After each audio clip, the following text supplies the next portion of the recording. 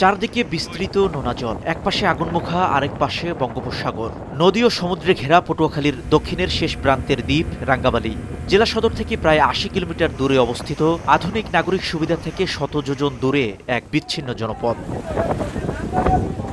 এখানে নেই কোনো হাসপাতাল ও বিশেষজ্ঞ চিকিৎসক। অসুস্থ হলে অনেকটাই ভাগ্যের উপর ভরসা করতে হয় এখানকার ২ লাখ মানুষকে। অনেক সময় সেই ভরসা গিয়ে ঠেকে পল্লী চিকিৎসক কিংবা স্থানীয় কবিরাজের চেম্বারে।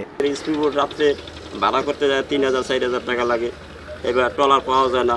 রোগী এই স্পিডবোটে নিতে অনেক মানুষ মারা যায়। রোগী নিয়ে উন্নত চিকিৎসার জন্য পাড়ি দিতে হয় উত্তল আগুনমুখা নদী। দিনের আলোয় ট্রলার বা স্পিডবোটে যাত্রা সম্ভব হলেও রাত নামলে পুরো দ্বীপটাই থমকে যায় যোগাযোগ বিচ্ছিন্নতায়। ঝড় কিংবা বর্ষার সময় যোগাযোগ ব্যবস্থা বন্ধ হয়ে গেলে যেন মৃত্যুর অপেক্ষা করে ঘরে ঘরে। শ্বাসতন্ত্রের রোগী, গর্ভবতী মা সহ সব ধরনের রোগী আসে, যাদেরকে পুরোপুরি ট্রিটমেন্ট দেওয়া আমাদের পক্ষে সম্ভব না। মারাত্মক রোগীদের সাধারণত গলাচিপা উপজেলা হাসপাতালে রেফার করা হয়।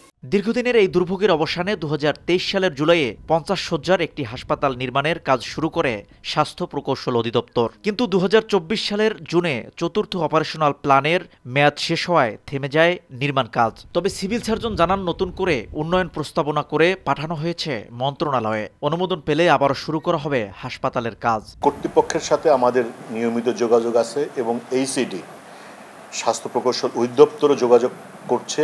ইনশাল্লাহ যে কোনো সময় আবার কাজ শুরু হবে। ২০১২ সালে রাঙ্গামালীকে উপজেলা ঘোষণার ১ যুগ পার হয়ে গেলেও এখনও নির্মাণ হয়নি একটি পূর্ণাঙ্গ উপজেলা স্বাস্থ্য কমপ্লেক্স। শিকদার জাবির হোসেন, সময় সংবাদ, পটুয়াখালী।